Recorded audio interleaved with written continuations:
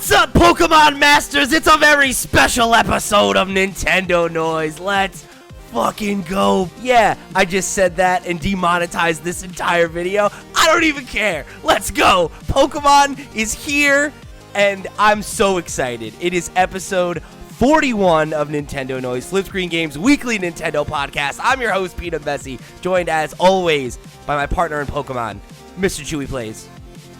Hello, hello. And then Mr. Steven Radford, who doesn't care about Pokemon, but will he spend another $60 on this game? I bet you yes! Probably, yeah. I seem to do that all the time. Hello, hello. No, you gotta say goodbye. You wouldn't say goodbye. Chewy was right there. He's right there, man. So, as I said, we have a very special episode here of Nintendo Noise this week. We got a second trailer for Pokemon Scarlet and Pokemon Violet, the latest generation of Pokemon coming to Nintendo Switch. We got a release date. We got a look at a bunch of new Pokemon. We got some very, very exciting information and some equally exciting theories to talk through. I am very excited to jump into this one, but before that, let me just tell you, for the first time, that this episode of Nintendo Noise is brought to you by our Patreon producers for the month of June. They are, of course, Christian Oliveria, Christopher Valenz, Gabriel Hasselmeyer, a.k.a. Sobi, Mary Berry, Smilky Shake, Wakahula, and Zaid Ida. Thank you all so much for your support over on patreon.com/flipscreengames. Y'all are the real, still the real, and I know that you're just as excited to talk Pokemon as I am. But before that, let me just get through a couple of plugs. If you want to show your support just like those fine folks did, you can head over to the Patreon, get a bunch of great perks and goodies. We've got early access to the podcast. We've got a Patreon exclusive podcast, One More Thing. We've got a bunch of cool stuff that you can go over there if you choose to show your support. But if you don't have any money to toss our way, no big deal. There's a bunch of other ways that you can get involved and show your support. Head over to flipscreen.games and find links to our Discord, our email address to write in and be part of the show, our social media. Wherever you get your gaming content, we're probably out there making something for you. So I hope you'll come, be a part of the community, join the Discord, chat with us, keep the conversation rolling. However you choose to get involved, we're happy to have you. And happy to be here talking Pokemon with you today. So, we got this trailer dropped earlier today, right? We'll get through the big stuff, right? Before we get into our announcement, our reactions to those announcements. So, to not bury the lead, right? Scarlet and Violet, November 18th. That's the hard launch date now. We know when we'll be able to get our hands on this game. Still feels soon, but you know, that's the nature of Pokemon games, right? I think the two biggest pieces of information that are things that are like 100% confirmed, that have been, you know, either stated in the trailer itself or on the website, you know, kind of with all the supporting information where you can go watch the trailer. We know that the game is going to be fully open world and can be explored as players please. And I'm going to read the actual quote here so that you can hear exactly how they put it. With these new titles, the Pokemon series takes a new evolutionary step, allowing you to explore freely in a richly expressed open world. You can experience a new style of adventure with a world that you're free to explore at your leisure and not in any order dictated by the story. You will, of course, journey to hone your skills as a Pokemon trainer, but many more discoveries and stories await you. Meet a variety of people and Pokemon and adventure in the world of Pokemon the way you want to. Does that mean it's not like Arceus then? It's not the Monster Hunter style of various sections of maps and I go to them and I can, you know, bounce between them? And no, I think it's explicitly saying it's not that. Right? So it's like a Breath of the Wild Pokemon game because they were calling Arceus open world and they considered that open world. So I don't know if it is that style. So I hope it's not. I hope it is like Breath of the Wild and you can just run around and do whatever you want in whatever order you want. I mean, I definitely think that's what it's saying because if you go and look, I don't think they actually called it expressly an open world in Arceus. You might be right about that, but go and confirm. But here, right, it says Pokemon series takes a new evolutionary step, allowing you to explore freely in a richly expressed open world, right? They are specifically calling that out as being a new step. So whether you want to call Arceus having open worlds or like open world sections, fine. But them saying that you can explore freely, I think speaks to the Breath of the Wild, right? And then, of course, it says here explicitly, you're free to explore at your leisure and not in an order dictated by the story.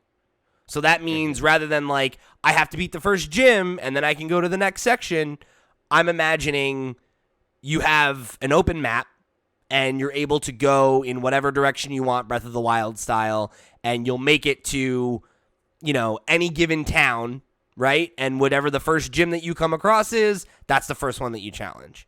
And so on and so forth. That's the impression that I'm getting.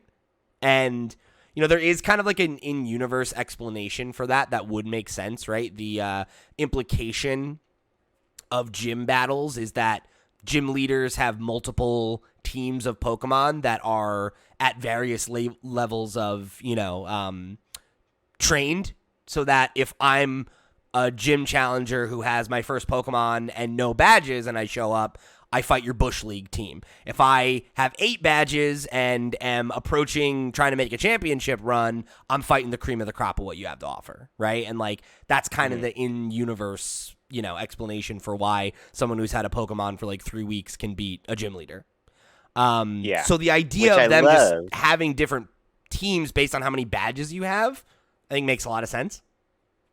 Yeah. And that's confirmed. That's how they're going to be doing No, that's my theory based on what they've said here. Because they've said specifically you can do it in any order not dictated by the story, and they showed a gym battle. So, like, there has to be a sense of... But could that not be, like, any order you want? Like, I could, in Breath of the Wild, do any order I want, but some of them, if I did them before other... if I did some things before other things, it was really, really difficult.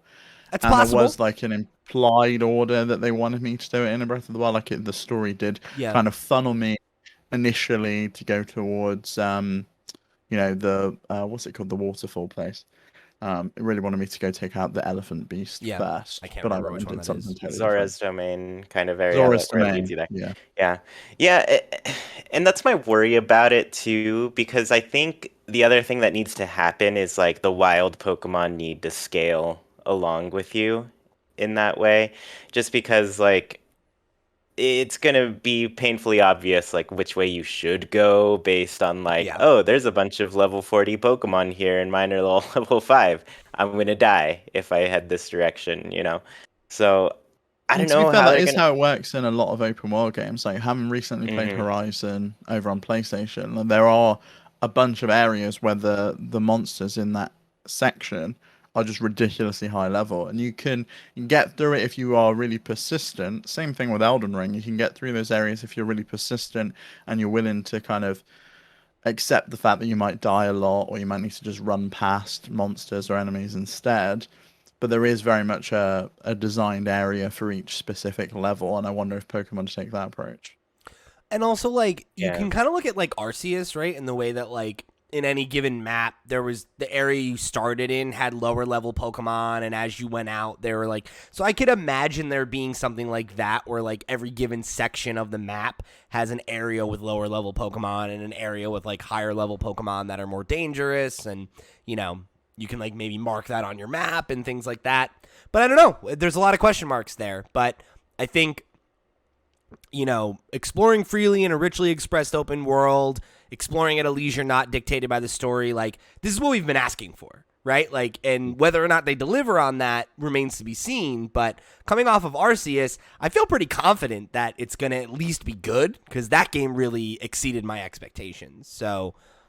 here's hoping, right? I think at the very least, it's very exciting to see them finally commit to moving in that direction. And I think it's something that people will be excited for. I did think it was weird that the trailer did not spell that out. Like, this was only in the press release that you could go get after the fact on the website and stuff. And it's like, you'd think that they'd want to be screaming that part from the rooftops because it's novel. That's, like, the gimmick, it seems like, Mm-hmm. But I don't know.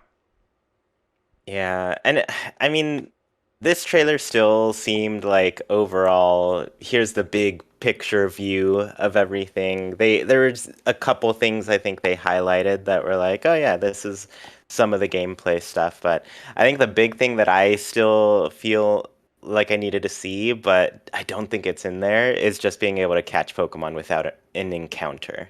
Like that aspect of Arceus made it so such a swift Oh, you're like right. playthrough, Yeah. such a better way to go through the game. And this one, they did like show a person like sneaking up on a Pokemon, but then the catching screen was very obviously to me an encounter like battle screen. I'm glad Um, you brought that up, Chewy. So I'm going to jump into the question block here. This question comes from one of our Patreon supporters and a true Pokemon master, Mr. Trendy Brendy, wrote in and said, is the lack of legend-style no battling capture mechanics a deal breaker for any of you? I did really like aiming Pokeballs and sniping alphas from the sky, but maybe this is a concession they made for the co-op feature, which we'll talk about in a minute. There's a co-op feature. Is that a deal breaker for you, Chewy? Because I'm not convinced that it's not in the game, right? Just because they showed that doesn't necessarily mean that that feature's totally gone, or that, because Brendy makes the point, actually, there's also a chance they could be misleading us. Early Sword and Shield trailers seem to suggest that the overworld encounters weren't in-game, but I'm not going to hold on to too much hope. So that's also a possibility. Yeah. We'll see, I guess. I'd say I still feel like we can wait and see. Right now, I get the impression it might not be. I mean, I'm still gonna pick up the game. I don't think it's a deal breaker for me, but I will feel like probably after I'm done playing it, I might just think I had more fun playing Arceus afterwards, you know? Yeah, I wouldn't say it's a deal breaker for me, but I definitely think it would feel like a step back. I loved that mechanic and the loop of just catching a ton of Pokemon and like checking off the boxes and being like, catch them without getting seen, catch them at this time of day, feed them, like all those little like decks, boxes to check were something that I really thought helped the gameplay loop and made that like cyclical, like base kind of nature of the game really, really fun. And, maybe we don't need that in this game since it is more progression oriented, but I think it's something that I would miss. I'd say a bigger deal breaker for me is not seeing shiny Pokemon in the overworld. Ever since they introduced overworld Pokemon, and then the fact that you had to like click on them or encounter them or anything, it was just such a bummer that was the process to see if they were shiny or not. Whereas in Arceus, I was just like, whoa, it's shiny. I hear the sound. Yeah. I see it right in front of me. And then I go and just get real excited and catch it, That's so much better. Yeah, and like I feel like with the Pokemon having like the wild behavior and everything, like that added such a sense of like drama because it's like, oh, I don't want to like scare it away and like all that stuff. Like I'm with you. That would really suck. But yeah, I don't know. I hope that Brendy's right that like it could just be a mislead and like it's just something that we haven't seen yet. But and I did want to say Brendy ended their comment saying Fuecoco gang for life. So yes, there we go. We got one vote for Fuecoco. So, like I said, the open world thing is very interesting. Of course, there's a lot of question marks there, including, are we going to miss out on this mechanic? But definitely something that I imagine we have another, direct or presentation or something coming sooner than later that will exist to answer some of those questions and fill us in. So, we'll figure that out as we go. Out, right? Sorry? We usually get another direct about a month out from release usually. Right, details quite a lot of the stuff. I'm curious what their strategy is in terms of like DLC with this because we didn't get anything for Arceus. Do you think we'll end up with anything for this one, or is their strategy now just going to be we release 2 Pokemon games a year? It's hard to say. One of them is like a mainline game, the other one's like a chibi game or a Arceus style like back in the day game. They have totally just fucked my expectations multiple times at this point, right? Because like if you think about the trajectory of Pokemon on Switch, we had like these weird spin-off, not spin-off, Are they mainline? Is it a new series? I don't know. With Let's Go, and that's seemingly dead, right? They've made no effort to keep that going. We haven't heard hide nor hair of the idea of like a Johto series or anything like that. So was that just a one-off? I don't know. Same with Arceus, right? Is Arceus the start of a new series and we get Pokemon Legends, Lugia or something? I don't know. Like, maybe that could be the case, but it could also be a one-off that we literally never see anything like it ever again. And with that, I would guess we'll see another Unreal Engine, shibby, like low effort remake because those sold really well. So the idea of them doing that, it's also a secondary studio, right? It's someone else doing it, right? So it's like the idea of them maybe committing to that and doing a black and white in that style, and then doing this, and then maybe they do DLC again and like spread out the time. But it's like who the hell knows? Because I thought, because they did it in Sword and Shield, it would be a foregone conclusion that, they'll do Arceus DLC and it'll come out later this year or next year, and then the next generation will come out and it's out. They're out within 12 months. It seemed that they had a logical route to progression with Arceus as well, because you had those defined map areas.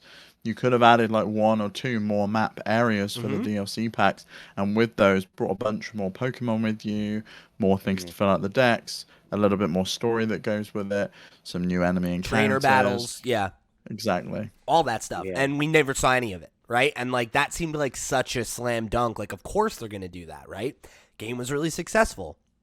Why wouldn't you do that?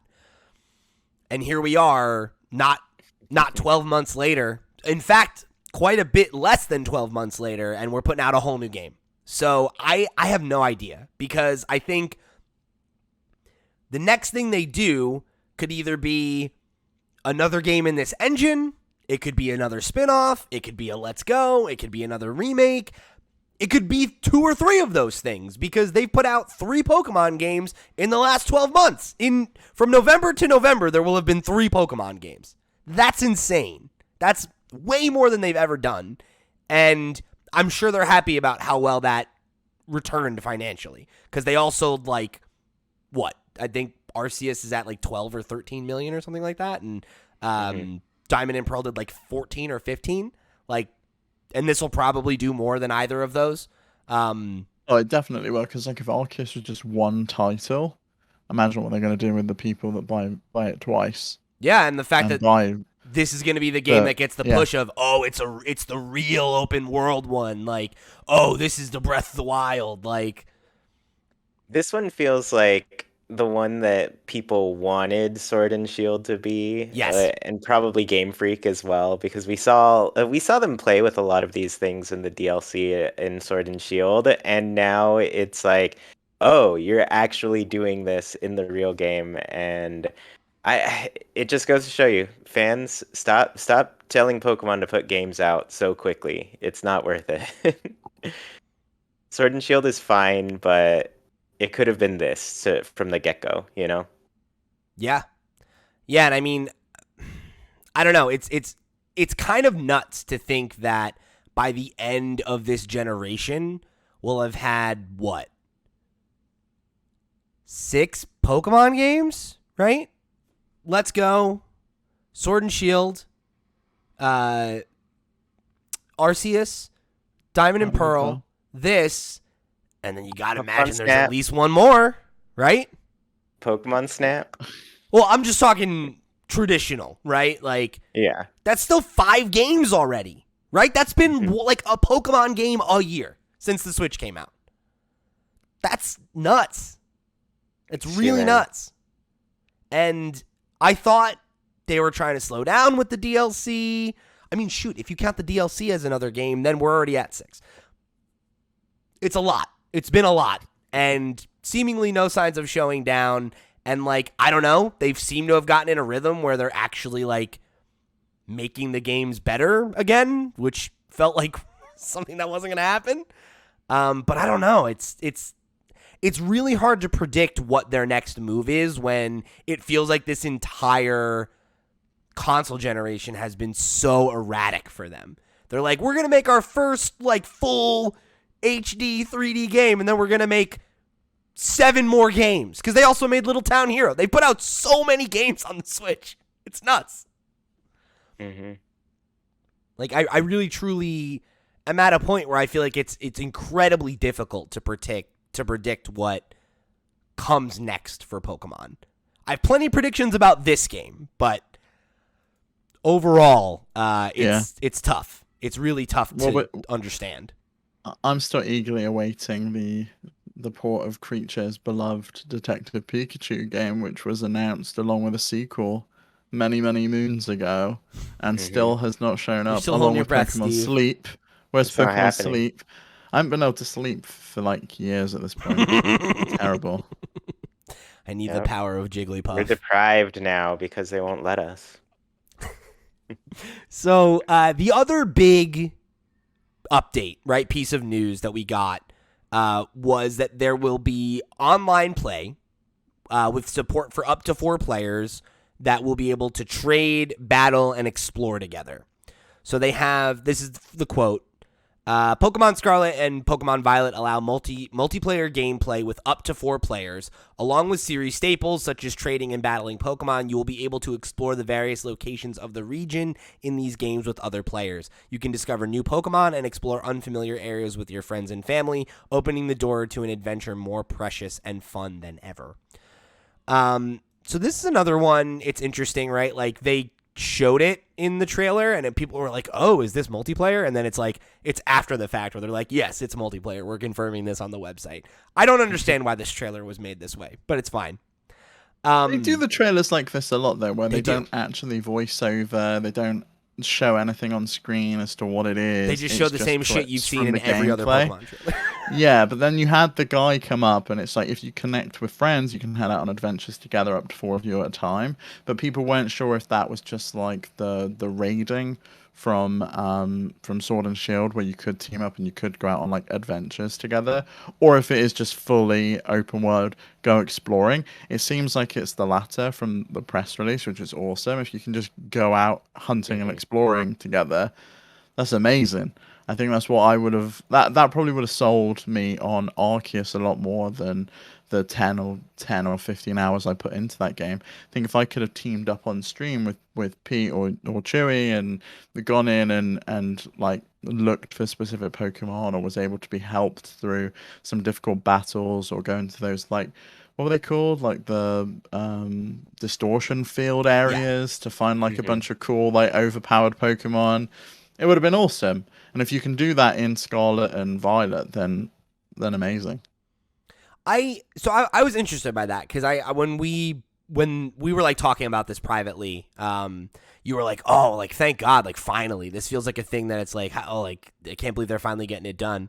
And like, it's funny, I've never felt that way about Pokemon. Like, I remember they introduced like the co-op thing and like Let's Go, and then there was like the raids and stuff, and I'm just like, I don't feel like I need this, but I also think that if it hits and it works, I could see it being something that would be great for streaming, great for like the longevity of the game, of being like, let's squad up and go shiny hunting, or like, let's, go squad up and like try to get into, I don't know, like whatever the post game looks like, or yeah, I hope there are like challenges to do, like there are in Monster Hunter Rise. Like the time I played with that when it was on the game trials, that was really fun, being able to team up with people from the community and go and play, and like specifically go out on specific hunts and looking for specific monsters and doing specific challenges. If there's like some kind of guidance of things you can do, as well as, oh, we're just all on a Discord call and we want something to do, so we're going to run around in Pokemon for a bit and see what cool Pokemon we can find. If there's other things you can do as well, I think it really will hit. And it's really just down to how well implemented it is. As with anything with Nintendo and online, I always kind of await to see what they've actually done, because often it's bad. And like the online in like Sword and Shield was terrible. Was really truly terrible. I almost tweeted, if you all are wondering how online's going to be in Pokemon, you're going to disconnect. It's gonna be terrible. Right. And I mean, like, who knows? There is that wrinkle of the fact that Nintendo has the new online framework to be taken advantage of. So this would be the first Pokemon game built on that new technology. Possibly. I mean, the Nintendo Switch Sports, I don't think even used it. I think that was still on the old stuff. I don't think it does. Yeah. Well, So, I guess we'll so see. it could be that this game still uses the old stack and the It's new game. reserved specifically for Splatoon 3. That's it. My guess is that's going to be its it. first major outing. I mean, we'll see, Splatoon 3. right? Or it could be Mario Strikers because we have got that like test kick or whatever is coming up. We'll find out this soon. weekend. So my hope is that this is built on that, like, and them limiting it to 4 people specifically is something that will ideally make it better. But I mean, it's like you never want to buy a Nintendo game for its online features, right? Like, let's just leave it at that. So, although I did buy Mario Party Superstars for its online features because I knew I wanted to play that with friends, and that plays really well. Like, that's like a shining example of Nintendo doing online correct. So if they can do it as good as that, then maybe it'll be a good experience. Fingers crossed. And I mean, like, I don't know, like, old Pokemon games did have a good online experience. Like, matchmaking for battles and stuff was always really solid. I used to go on, like, the Cerebi forums and battle with people that were in different countries, and we all had, you know, like, Gen 1 high-speed internet, and it was fine, you know? So, like, it's possible, but the whole exploration thing, like, Brendy wrote in with, like, a bunch of interesting things in, like, our on our Pokemon chat on Discord when we were all kind of dissecting the trailer. And Brendy made some comments I thought were interesting. I'm thinking a lot about the co-op, and I have so many questions about it. Like, is group shiny hunting going to be a thing? How do version exclusives spawn when players of different games connect? Can I snipe someone else's shiny by initiating battle with it first? There are a lot of interesting questions to be answered there. And again, I think similar to, like, our questions about the open world, it's just something we're going to have to wait to have more information about. You can see the ways in which it might be attractive, but knowing Nintendo, knowing Game Freak's history with online, I'm certainly not holding my breath that it's going to be a revolutionary addition to the game, but would love to be proven wrong. You know, would love to have it be one of the defining things in the way that, like, that was for Animal Crossing, and I never really thought it would be, you know? But even then, that was like a terrible experience. Every time someone disconnected or whatever, it's like we've all got to wait for them to go back over to the airport, and we all wave goodbye, and it's like, or if someone disconnects badly, then the whole thing just comes tumbling down, and everything you did on that island is lost. Like, what happens if you pick up a cool tiny Pokemon and then the connection gets severed, and like, because it wasn't closed in a specific way, that's it. You've lost that Pokemon, and that whole session. Those are all realistic concerns. Because I think Animal Crossing is one of the best examples of online in a Nintendo game. So we'll see. You know, it's a big question mark. And do I hope it's great? Yes. Will it be great? I don't know. We'll see. I think that kind of thing makes me really hope that in the future we get something like an instance-based service game that is just called like Pokemon or something, and we're all just playing Pokemon online, and we're in like different instances, and we can team up with people, and like everything's managed by the server. I don't have to worry if someone disconnects. It's not all like peer-to-peer weirdness. I don't want like that. It is with Animal Crossing. I've been playing Temtem, which is, I'll talk about it on the Flip Screen Games podcast, and it is basically that, where it's like a fake MMO, like they call it an MMO, but it has basically no MMO features, but you can see other players on the screen running around, and I hate it. Frankly, because I couldn't play the game the first day I wanted to, and I like Temtem a lot. I'm gonna speak fondly of it on Flip Screen Games, but the first time I tried to play the game, they were updating it, and I couldn't play the game because the servers were offline, and I was like, that's insane. Okay, let me try it again. Try it again the next day. I get in, and I took a screenshot last night where I got to the first gym leader, and it's like this big moment in the story, and there's just like 10 other fucking people standing around her with their Pokemon behind, or their Temtems behind them, and I'm like, this totally breaks any sense of fucking immersion. Yeah, but that's like a bad implementation of it. Like, I think the best implementation for me I've played is Destiny, and whenever it's story arcs and story beats, it's just you or you and your party. And that's it. No one else on the screen. It very much feels like you're the only one there. But then when you Game are Freak's out gonna nail doing that, other Steve. stuff. they're not. But that's what I want. You know what I'm saying? It doesn't have to be under Game Freak's reign forever. Like we've seen the Chibi games being made by someone else. Why not let the service and that games game be wasn't made by great someone either, else? though. So, we'll see.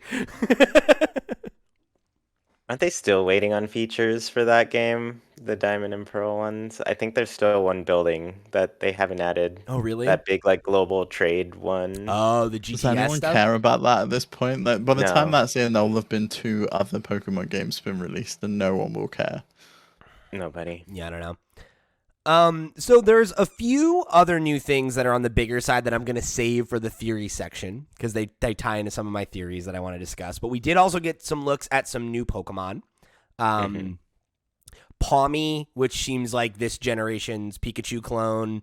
Smoliv, which is a little olive Pokemon with like a sad face, which obviously plays into the Spain thing because I know olives are like a really big export in Spain, or from Spain, I should say. And then, of course, like the Pokemon that took the internet by storm, and I feel like there's always one of these in the trailer. It's Lechonk, and he's a little pig, and everybody loves him immediately. I am included in that. He's like Wooloo, right? We all saw Wooloo, and we're like, I love Wooloo. I'll protect him with my life. Lulu. Yeah. And I think And he looks angry and aggressive. I think it's the name, really. Like, it's just, Lechonk. it's so internet friendly. It's just like an amazing name. It's so good. I love him. Yeah, he's got a space on my squad. I'll tell you that much. I like Pawmi as well. I really do. I don't hate think- the design. Usually the Pikachu clones are not my favorite, but I like him. He's pretty cute. Yeah, I think it's cute. It's like a little hamster. Yeah. I really like them all. Smoliv is hilarious. I love His everything face about is so Smoliv. funny. Yeah. By it's far so- my least favorite, but it's the face that I make whenever an olive goes in my mouth accidentally. Like when an olive is on like a pizza and I didn't realize it was there, and then I'm like, oh, what is that? No. He just looks That's like the he face looks that like he's Scarlet about does. to just like it looks like he's like getting dropped off for preschool and he's like just about to cry, you know? Oh no, he does. I could do it. I know I can. Oh, I can. Internal struggle. And then the last thing I want to discuss before we get into the theories and then a couple more questions from you, the listener. This is just kind of a minor note, but it's something that like absolutely whips ass. Toby Fox, the creator of Undertale and Deltarune, as we all know, one of my favorite, not even just game developers, one of my favorite artists of all time. He has composed music for Pokemon in the past. He did some music for Sword and Shield. He did some music for Little Town Hero with Game Freak as well. So there's been kind of a connection there. But in Sword and Shield, it was only in like an optional like post-game thing. He had a couple tweets about this that he's composed a few tunes for Scarlet and Violet. He said, I had the honor of composing the field music for Pokemon Scarlet and Violet. After creating a concept sketch, Game Freak arranged it into many versions that you'll hear throughout the game. You can hear a bit of it in this trailer. He doesn't say where that is that you can hear it, but the idea that he wrote the overworld music and then they created like all these variations, I'm guessing based on like the geography and like the weather and stuff. I love that. I love that to death. That's amazing. And he said, a few more Toby tracks will appear in the game, so please look forward to those. This time, my music is not optional. I love this. I love Toby Fox. Even just like me liking Undertale aside, I just love his music. I think he's a fucking brilliant composer. And I really like the stuff he did for Pokemon in the past. So the fact that he wrote one of the primary themes, I'm very excited about that because that means it's going to be a bop. Can you imagine if he did like the final battle music for this? Like Megalovania is just incredible. If he did like the final battle music for Pokemon, how good would it be? So good. Yes, I hope so, Steve. Dude, I'll lose it. That would be amazing. Pokemon has never struggled on like final battle music, but like Toby Fox would be the one to take How it to do that you next up the level for ante, sure. right? Yeah. Like that's the way you completely just make it amazing. I would love that. I can't wait. And I love to see him continuing to collaborate with Game Freak. Let him make a Pokemon game. How about that? You know? Yeah, I mean, is it Masuda They won't let that's him now because they'll taking know it'll that- be better. Like Masuda's taking that like creative fellowship role now, right? Yeah, so Instead. Maybe Masuda- Toby comes in and takes over what he was doing as director. I would love that. Masuda left Game Freak to join Pokemon Company as a chief creative fellow, I think is what they called him. And he has only been an executive producer the last couple. Like, I think he's probably been like phasing out of like hands-on roles. Yeah, because right? like that was the thing with he worked more closely on Diamond and Pearl's remakes, but wasn't as involved in Arceus. So it seemed like this is kind of where we were going. I think that's really good news. Absolutely no disrespect to Masuda. I have a lot of respect for him. In fact, particularly as a composer, he's one of my favorite video game composers by a country mile. And he was a director or an EP on a lot of great Pokemon games. But I think it's clear to anyone who's been a fan of Pokemon for a while that Pokemon needs new blood and new ideas, and I want them to bring in a new generation of developers who grew up loving Pokemon and have the same frustrations that I have, and allow them to push things forward in the way that it felt like Arceus pushed things forward, right? And that was a game with a lot of new blood. So I'd love to see that continue. So yeah, as much respect as I have for Masuda, I am glad to see him kind of move on and hopefully allow a new era at Game Freak to kind of take root. So now let's get into my theories, because I have a bunch of theories. Before we hop into the theories, I have one more comment. What do you got? The new professors are hot. They are. And they can get it. Doc in our Discord was thirsting after them, and not alone. The internet is very into these two, and I get it. Yeah. Yeah. All right. What's that? Is it Zoolander? Yeah. The blue steel eyes that guy The blue got. steel. He does have the blue steel look. He does the look. That's hilarious. Oh man, I love that. Okay, so we'll start there because they feed into one of my theories. So we got a look at the two Pokemon professors, right? Longtime players will immediately be like, 2? That's a new thing. We've never had that before. It's always been one professor, regardless of the version that you get. We have 2 professors here. They are unique to each version.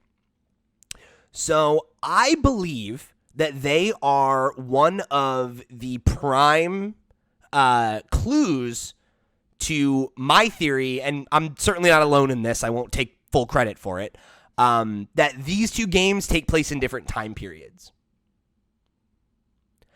So the reason behind that is a couple things.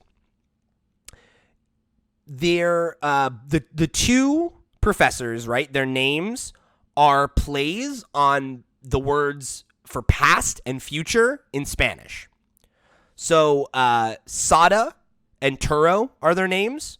The Spanish word for past is pasada, and the Spanish word for future is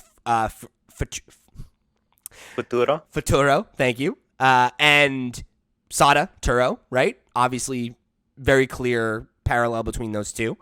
And then if you look at their designs, right, they have very, very clearly different outfits, right? Where Sada has a very like caveman kind of like prehistoric inspired outfit. She's got We're bringing the Flintstones look back. Yeah, like she's got like Oh my god, it is Flintstones. She's got a bone necklace, is. and she has like a belt kind of draped around her hip that has bones hanging from it. She has these like large like rock like buttons for her lab coat.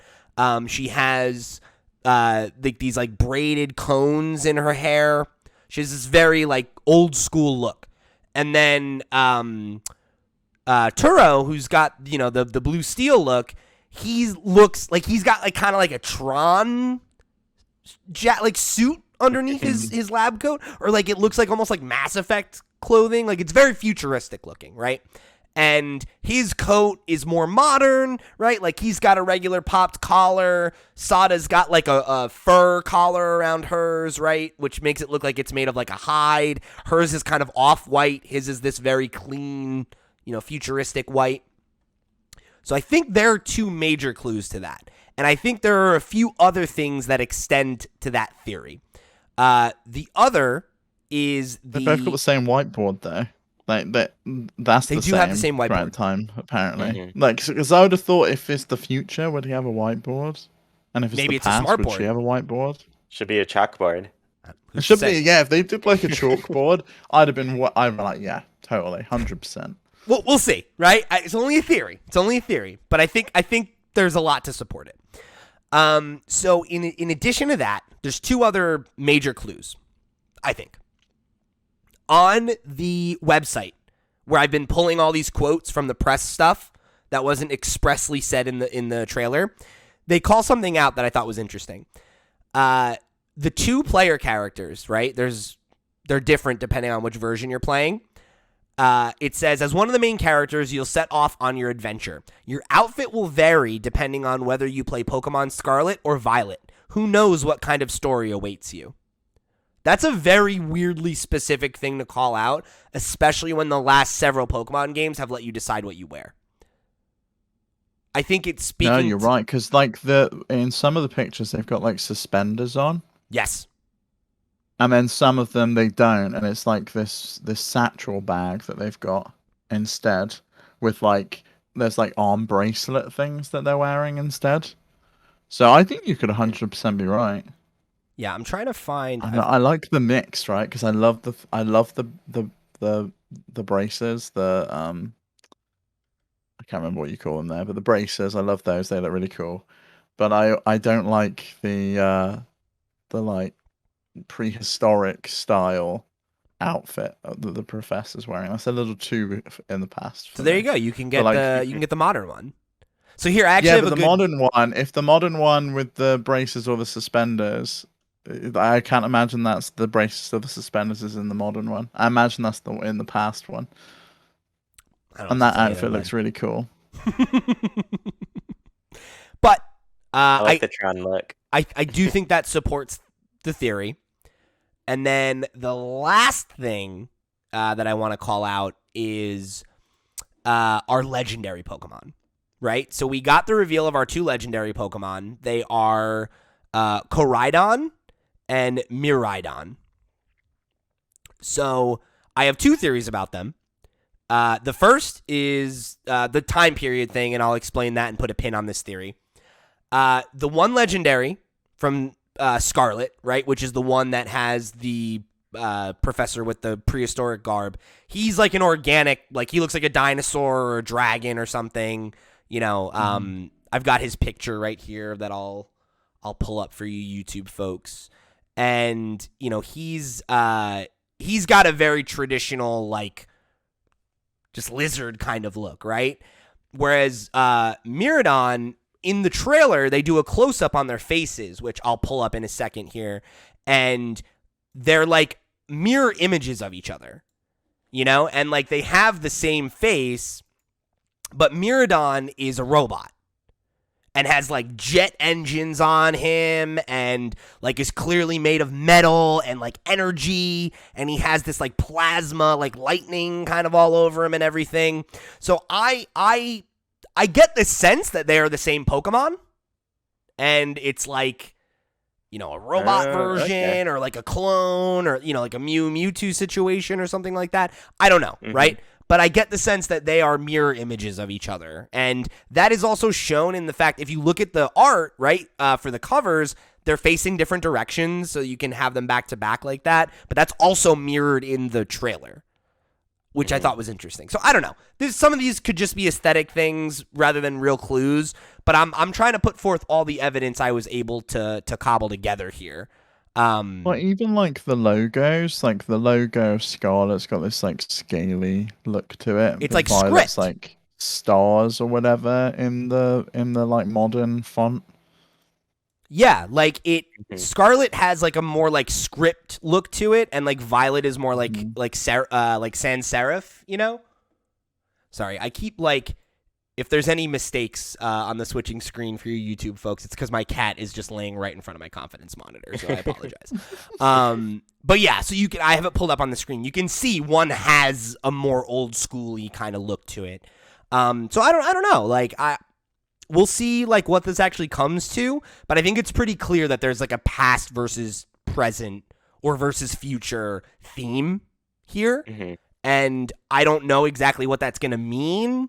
Like, I don't know if they're going to have two different stories or something like that. That could be a really good way to encourage people to buy them both too, but we'll see. Mm-hmm. So the other theory I want to lay out here about the legendary Pokemon is I believe that they are going to be rideable. So we talked about, the open world of it all, and obviously traversal on Pokemon was like a huge part of Arceus. You got to imagine that in an even bigger open world that's more seamless, like traversal is going to be something that they're going to want to have a solution for. Both of their names have Rhydon in the name, right? Raidon. Mm-hmm. I believe that's a pun and a play on Rhydon, and they both The rock That's Pokemon from definitely Gen how 1. it's pronounced. Like, No. it's not Radon. It could be Rhydon, but I believe it's Rhydon. And I would guess it's Rhydon. and partly is also because of their design, right? So again, like if you look at what they actually look like, Koraidon has like a wheel on his chest, and Miraidon has the jet engines, right? So they're kind of evoking vehicles, which makes me think the Rhydon thing is that's how you pronounce it, and that's an intentional pun. Mm-hmm. I like that if that is the case. I think that's cool. I think they both also remind me of How to Train Your Dragon, and I'm okay with that. I do get that sense, and I am similarly okay with that because at least the first movie I really enjoyed. So Did you watch all three? no, haven't seen the other two. Are they good? They're still pretty solid. All right, I'll take your word for Solid it. I'll have to check trilogy. them out. I liked the first one. I saw it in theaters when I was a teenager. I thought it was good, very cute. I always wanted a dragon as a kid. Like Yeah. if I could have any mythical creature, I've always wanted to be buddies with a dragon. Sounds like a great time. And then Chuy, you had maybe not a theory per se, but you threw out a question that I thought was an interesting one. In the trailer, we meet our rival, and I don't have her name in front of me, unfortunately, but she is that Nimona? Yes. Yeah. And she is characterized on the website as being an experienced Pokemon trainer who, like, you meet and she kind of, like, takes you under her wing. And she asks you a question, are you these three's trainer, right? Could just be that it's a similar kind of thing where, like, all three of the starter Pokemon they get lost and you find them and whatever happens. But Chuy asked the question of, like, is it possible that we're going to get all three starters? Is it possible that we might not have to make that decision for the first time ever? Wouldn't that be interesting? Mm-hmm. Who's to say? Yeah, I don't know. it was just the phrasing with that. I was like, oh, this really sounds like whatever is happening in this moment in time, we have three Pokemon, It feels like a weird thing to say, and it feels like a weird thing to highlight in a trailer where other weird throwaway lines have been teasing features. Mm-hmm. But it also could be kind of like that intro to Arceus where all three of the starter Pokemon kind of go loose and you have to catch them all anyways, But yeah, I guess it could just be how it plays out. I don't know. It's an interesting thing either way. It could be much ado about nothing, but I also think that could be intentional, right? They could be doing things like that to make us ask all these questions so that we're throwing off some of the things that are real, and people love to do that shit with trailers. So who's to say? Mm-hmm. All right, so before we close things out, we have two questions in the question block that we didn't make it to yet, and I want to get to those. But before we do that, right, now that we've gone through all the facts, we've talked a little bit about the theories, what are your overall feelings about the trailer? What are your overall feelings about Scarlet and Violet right now? Are you excited, apprehensive? Where are you at right now? And let's start with Steve, since you're the coolest on Pokemon of all of us, but you always seem to get swept up in the hype. Yeah, I think for me, I haven't been swept up in the hype yet. It looks really cool. I think the information we got outside of the trailer was a bit more exciting for me than what was actually in the trailer. Like finding out about Yeah, the four quite a player bit. co-op was like really exciting. The two different professors was awesome. Stuff like that was really interesting. The standout for me in the trailer was LeChonk, but I was still taken aback by, I think, my biggest issues I had with Arceus, which I've spoken about at great length. No voice acting, and I don't think that's going to have been solved in this game. Definitely not. Hmm. I think it's just going to be deathly silence, like it has been always. Not even any kind of like, I don't think we're going to get anything. And Except for Toby Fox music in the background. except Toby Fox music, which does go some way to Who needs brush over some of dialogue that. when you've got music that slays? Come on. Yeah, but even in Toby Fox's games, when Sans and Papyrus speak, it's like they actually like Yeah. it makes a noise. There's something there, like it's not just silence where it feels like something should have been there. And I mean, And then to be fair, that does add personality. In the Undertale example, I like that. I don't want the anime grunt thing. I hate that shit. I think it's really annoying, and I would rather there not be sound. Like that's like with the Legend of But in Zelda stuff. Undertale, you know every single different character speaks in a different way, even though they don't actually talk. Yeah. They all sound different just sure. because from the way that it types out the text on the screen differently. Sometimes in a different font. Sometimes it's just the way it sounds. It's different, and I like that, and I think it's really cool. And if they can do something like that with some of the main characters, the bigger characters, it doesn't have to be for everyone. Like the small encounters, fair enough, but the main story beats, it would be really cool if we got full voice acting, or if we got something like that. And then I think visually for me, it's still not there technically where I think a game like this needs to be. It looks The a lot better than environments Arceus, I think. It looks a lot better than Arceus, but The color there is a could just lot be better. It little feels less, like, vignettes. Yes, it's not dead. as brown. Yeah, as like that Arceus, game just yeah. has such a like bland look to it, and I think this does it pops more. Like it's still not great, but it feels like a step in the right direction, and I think the models are good. Like the Pokemon themselves, I think look better and better.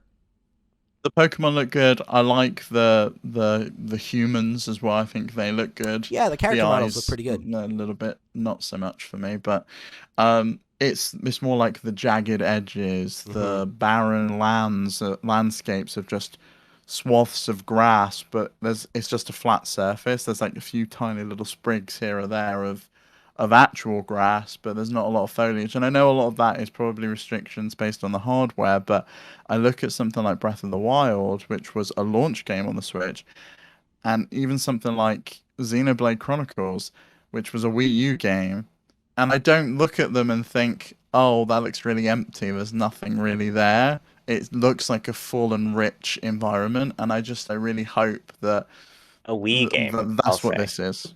Oh, it was a Wii game? Okay. Yeah, the first one, yeah, it was a Wii game.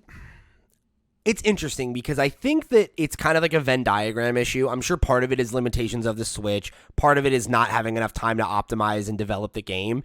And part of it is also that none of those games need to have as many models on the screen if they're going to have Pokemon in the overworld, right? Like that's a thing that inherently limits how detailed you can make foliage. Maybe, but like how many Pokemon are on screen at any given time? Because there's in Breath of the Wild, for example, there could be a dozen different types of enemies on screen at any one time. Yeah, but there are plenty of spots in Breath of the Wild where there's consistent frame dips and slowdown, right? Like, and maybe it's gotten better as it's been optimized, but think about like what it was like to go through the forest in Breath of the Wild at launch, and it would drop down to like and it's still bad fucking now. 15 FPS, 20 FPS. Like that's, it's tough because it's like, do I want the games to be more detailed and look better? Yeah, but I also don't want that, right? And that was something we talked about with Arceus. Is like, is this why the loading is so good? Because the environments are sparse? Like, I don't know, and like, I don't want to sit here and make excuses for Game Freak or Pokemon Company or Nintendo, or whoever you want to pass the buck to. But I wonder where the line is. Where is the line that if this game had 6 more months of development, it would look and run better? And where is it that we need a new Switch or, whatever, right? Like, I don't know. I don't know. I don't know where the line is. I really don't. And I just look at Nintendo's other first-party titles, and I just think every single one of them looks better. Kirby looks better. Mario looks better. Mario has a ton of Breath shit of the on Wild screen looks at once better. too, right? And it looks Yeah. great. So, but that also has contained environments, so it's like this isn't going to be that. Arceus was a contained environment and still, suffered from it. Yeah. This is open world, but I still think the way it probably loads in those containers as you get closer and closer. It's not loading the whole of the world into memory at any given time. I would imagine.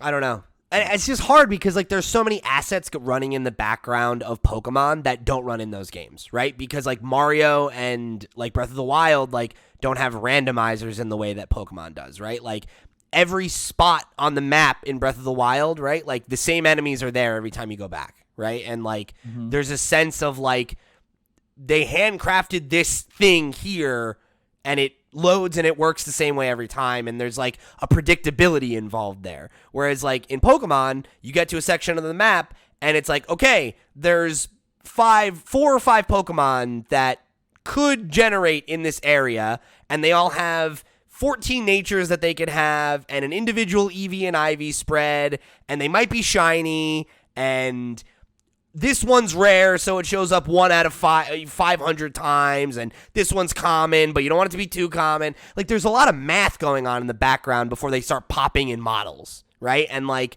I truly don't know enough about game design to understand how much of this is that Pokemon games are hard to make because they're unwieldy and they don't have as much time as they should have to make them, or, like, they just need it to be a console with more under the hood. Because I don't think you could make that argument in Sword and Shield or some of the past games, but like as the game gets more ambitious, We're reaching the end. Yeah, we are. We don't know. Mm-hmm. So I don't know. I definitely agree with you. I think it's just more like the question itself is interesting because Pokemon's such a unique beast compared to any of these other titles that we could and rightly should compare it to, right? Because at the end of the day, it doesn't matter what the excuse is. It should look better. It should run better. Yeah, I think it should. I really do. And I think if we get another Switch, if we get a new Switch next year, and the next Pokemon looks the same, I'll be asking the question like, okay, well, what was the reason then? Because it obviously wasn't hardware. Right. Was it time? Was it just knowledge and expertise that you don't have it at the studio and you need to hire someone who does? Like, what is it that's stopping Pokemon from reaching the heights it could? Like, this could look phenomenal. I know it could. Still, What's personally, I still think it's just Pokemon and them making it because, I mean, we saw that basically every single game, even like the 3DS, those really performed not. They didn't perform too well. They weren't too impressive at any point, and that's just continually been the thing into this generation too. So I think it's probably on them. I think it's probably more on them than it is on anything else. Or even at the very least, like, whether you want to say on them to mean, like, Game Freak not having the talent at the studio, or, like, that they just don't have enough time to work, right? That, like, they're making these games so fucking quickly that, like, the thing that gets lost in translation is polish, right? Like, But literally no one needed this year. No. Nobody was asking for this. But, like, I mean, it could have been next year. I guess the Pokemon company decided that they needed it. Yeah, their wallets are not fat enough, Steve. Yeah. They need the money. Yeah. My mistake. I don't know. I think that's probably the Occam's razor, right? Simplest solution is the answer. I think that's probably it, but it's hard to say at this point. And I do want to at least give them the benefit of the doubt because, we don't know.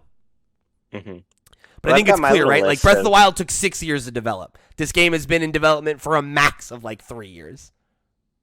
Dude, Breath of the Wild 2 is taking longer to develop than Breath of the Wild. Yeah.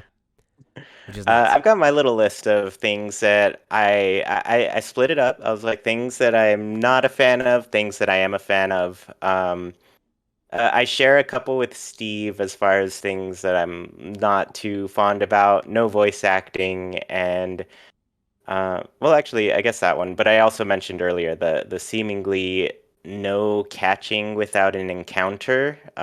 We'll see how that plays out because I don't know if they've confirmed that or not. But the other thing that I'm bummed out about is that the attacks don't connect anymore. Kind of like it seems like we're just going to see Pokemon gyrate, move happens, and then that's the extent of their movement, you know? Whereas in Arceus, we actually got Pokemon like body slamming each other, you know, and that sort of thing. So there it's a is a bummer. shot of one of the attacks connecting, and I'm not sure if the reason they're not is because this is like in development footage and it's a vertical slice. Because like True. I saw two attacks right between you and your rival, and one of them cuts away, and one of them actually can. So I don't know, but I'm not. I'm not gonna hold out hope on it. Yeah. That's the extent of like what I am kind of bummed out about. There's plenty that I liked though. I like that the characters are all hot. I like that it's open world and we're gonna be able to do, you know, the adventure whatever direction we really want to. You know, I think that'll just lead to some cool experiences talking with everybody where it's like, oh, I saw this thing way over here. What did you find? You know, multiplayer seems cool. I'm excited to try it out. I like the new legendary Pokemon. I like the new Pokemon, and I like the name Lechonk. It's perfect. Yeah, the chunk is amazing. Yeah, I think by and large I'm on the same page as you, Chewy, where like I think I feel more positive about what we've seen than not. I think overall this trailer disappointed me in the fact that it feels like every other Pokemon trailer, and like I think a lot of the most exciting information is stuff from the press release, and like I wish the trailer was oriented in a way that made those things more clear and like gave people a better sense of like what about this is going to be different. But again, I think there is a lot that's promising here. The open world stuff sounds really good. The whole two different storylines thing is something I'm very interested in to see if that ends up being true. I also like all the new Pokemon we saw. I think the legendaries look cool. I liked the number of old Pokemon that they showed that were like from a lot of there's like a lot of region diversity. Yeah, that's true. And that's cool. Not enough Go-Goat though. I need my Go-Goat. Yeah, not enough Go-Goat. I'll give you that one. I named mine Gadget, by the way. Go-Goat love Gadget. that. From Rescue Rangers. Oh, that's great. Like, yeah. Love that. Yeah, so I think all of those things seem really positive. We talked about like the potential of the multiplayer. I think those are things that seem interesting. I think right now it feels like they've warmed me up to a place where the hype is theirs to lose, right? Like there's a lot of question marks, and a lot of the stuff that I'm excited about could not come to fruition the way that we want it to, could feel underwhelming based on what we expect from other video games. I certainly have, I think there's reasons to be cautiously optimistic, right? I think if Arceus wasn't the last game that I played, I would feel a lot more cautious. In the way I felt going into Arceus, where I'm like, I don't know, like I want to be excited for this, but who knows if it's going to hit the way that we want it to.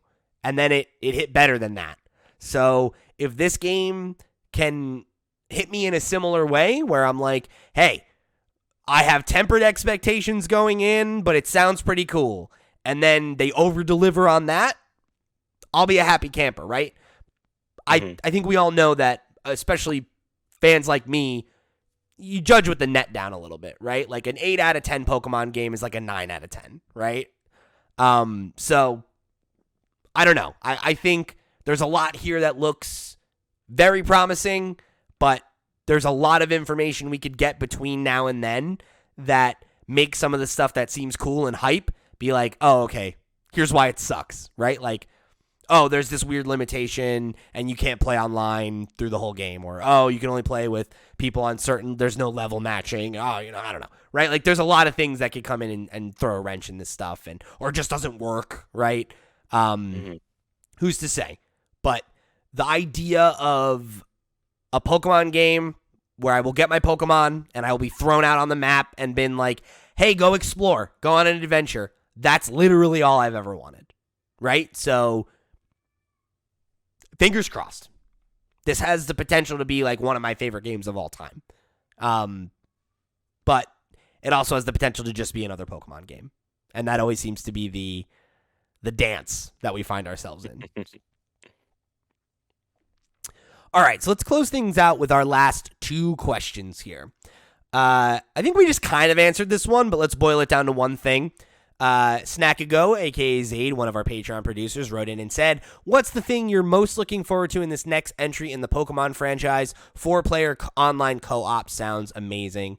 For me, it's the seamless open world, right? Like the idea of being able to progress at my own pace and be rewarded for exploration, and hopefully having a map that has that Breath of the Wild juice of us being like, I want the first week that we come on this podcast and talk about this game to be like, oh, have you been in this cave over here where you can catch, I don't know, Crobat or whatever? Whoa, I didn't even know he was in this game. Where is that? Like, that's what I want, right? I want those Breath of the Wild water cooler. Oh, you went north? I went south. Whoa, like, I've had a totally different experience than you. I can't wait to get there later. That's what we need. And if this can achieve that, I think it will be something very special. Mm-hmm. I'm right there with you, honestly. Like, I want it to be open world in the sense of, like, I just like that we can progress in different ways in this one, and it seems like they're intentionally building it that way, and that idea of there being gyms that have different Pokemon depending on what level you are has always sounded really cool to me, because then it's like, oh, if you fight this gym leader at this point, they have this team instead, and I think comparing and contrasting those experiences will be really awesome. And I think the way that would go a little bit further for me is like if you just constantly change out your Pokemon to just like lower level teams, and I wonder how that would play out at like the the Pokemon League. But I guess they'd probably do it based on your badges, so that won't work. I'm imagining like there being some kind of like behind the curtain lever where it's like, you've checked this, but like you did this thing, now stuff's higher. They get stronger. Now stuff's higher. Yeah, and so on. But yeah, I like that aspect to it a lot. So I would agree with you both. It's the open world's the most exciting thing, but I am also very much excited about the online co-op like Zaid. I think that may help me get into Pokemon more if I do choose to pick this up, in having people who are really excited about Pokemon teach me what the hell IV and EV actually means, and like show me the way. Bro, I'm so ready. I'm so ready. All I want is for you to be excited about Pokemon to the point where like I'm like, okay, Steve, let's talk about this. And you're like, yes, let's do it. Maybe it's the year I started Bob's Burgers today. Maybe I get into Pokemon. You did? So it's yes, like yes, let's go. You're gonna play Mass Effect 2 this year, buddy. Let's do it. It's the perfect time. No games are coming out. Let's go. Bob's Burgers is perfect. I love it. Oh, fantastic. What a day. What a day. New Pokemon trailer, and Steve decided to watch my favorite show. All right, last question of the day, and it's a big one. It's a 2-parter, but one of them I think is more important than the other. Tab from the Discord wrote in and said, which starter Pokemon are you leaning towards choosing? Also, which legendary Pokemon do you like more? Waxley. And I thought I was going to go with Violet, and I thought I liked that one more until Chuy pointed out something, and now I can't go for that one, so it's got to be the other. What did Chuy point out? Legendary. What did he? That it looks like something. And you can go watch the trailer and find out what it looks like. Yeah. The silhouette on top of that rock. Check the DMs. Oh, okay. I got you. Yeah, I got you. Fair enough. I'm never not going to be able to see it now. It's ruined it. You can unsee it. Like yeah, it's just from that one angle, but you know, you don't know how many times you're going to see that angle. That is true. What about you, Chuy? I always, without fail, start with the fire starter, even if they're not my favorite starter of it. I think Sprigatito is my favorite little cat, but Fuecoco is definitely the one I'm going with. Love it. And I'm also getting Scarlet. I'm just deathly afraid that Sprigatito is going to turn into a humanoid. I've accepted the fact that they're all going to turn into humanoids. I really don't. I hope not. I really hope not. Does Quaxley just actually turn into Donald Trump then? Is that the progression? That's the only path. So with that hair. I am also going to pick Quaxley, as if you're watching on YouTube, you might see all my water Pokemon plush in front of me. I'm a water boy. The last 2 generations, I haven't picked water, though. In Sword and Shield, I just loved Rowlet. For whatever reason, I really responded to his design, so I chose Rowlet. And then in Arceus, I chose Cyndaquil, because he was my favorite of the 3. And I'm not a big fan of Oshawott. Oshawott and Duat are fine. It's Samurott that I don't love. I think it was. Did you say Sword and Shield or Sun and Moon? Because I think it was Sun and Moon where you got Rowlet. Oh, you're right. Yeah. Sword and Shield had Grookey as the grass starter. I went with the water one on that one. What was his name? Oh my god, I'm blanking. Why can't I remember? Sobble. Yes. Yeah, I went with Sobble on that one. So yeah, keeping the water trend alive for sure here. I like Quaxley a lot. I think he's got a really cute design. And I like duck Pokemon in general, you know? There are a lot of them. Not enough. He's got like a real Donald Duck vibe, you know? And I love Donald Duck. So I'm going with that one. And then for the legendaries, I'm kind of torn. I think I like Miraidon better. The like I'm a dragon with jet engines thing is like pretty sick. I don't all over you. I don't always love the like whole very robotic Pokemon. Like it very much like both of these kind of have like big Digimon vibes to me. Like Koreadon kind of looks like Gilmon. They're gonna do it. They're gonna add fusion. It's happening. Maybe. But I kind of don't think you can go wrong. I think they're both cool for different reasons. But I think I'm leaning more towards Miraidon. But I think I kind of want Scarlet because I'm more interested in the past angle than the future one, I think. But we'll see. That's if that theory is correct, because it could be totally wrong and it's just the style. Could be. In I that will case, say, I'm reserving judgment. Me saying that I like the legendaries this time around is a huge deal because I never like them. They've been pretty weak the last couple times. I think these guys are stronger than they've been in a never while. like them. I think the last legendaries I liked. I didn't even like Ho-Oh. I just liked Lugia. I thought Lugia was cool. I'm kind of the opinion. I was talking about this with a couple of my friends earlier. I kind of feel like we could get rid of legendaries and just stop doing it. Like it always is like a weird gimmick, and it's like, you're gonna catch God for like the 6th time. It's like, and then they're always restricted anyways in the like championships and stuff. Yeah, so. unless you're playing Ubers, or I guess VGC sometimes, depending on the year. I don't know. I like them though. When did they start adding them? Because I don't remember them in like the first Pokemon. Legendaries have been around since the beginning. They just you had Mewtwo and the legendary. But it wasn't birds. like compulsory. It wasn't at the end of the game, right? Is that the case now? Like I think in Arceus that was. He was the post game. All right. Okay. Yeah. That explains why I never bothered. As soon as credits roll in a game, I'm done with it and I'm out of there. Yeah, So there's like I would never have seen him. There's a cave in Cerulean that you go into, and that's like where he is. It's blocked Arceus off. post game was the first post game for Pokemon I've played in years and years. Yeah. Same here that I really engaged with anyway. I've like kicked the tires on a couple of them, but that was like the first one that I was like, yeah, no, I'm still playing this for another like 10, 20 hours. Also, quick pro tip: if you buy them on the eShop, don't get the bundle. You'll save 1 penny if you buy them separately. But think of the convenience. I don't think I can pre-order one yet. I don't think I know enough about what Pokemon's in which one, what's exclusive. Like I agree.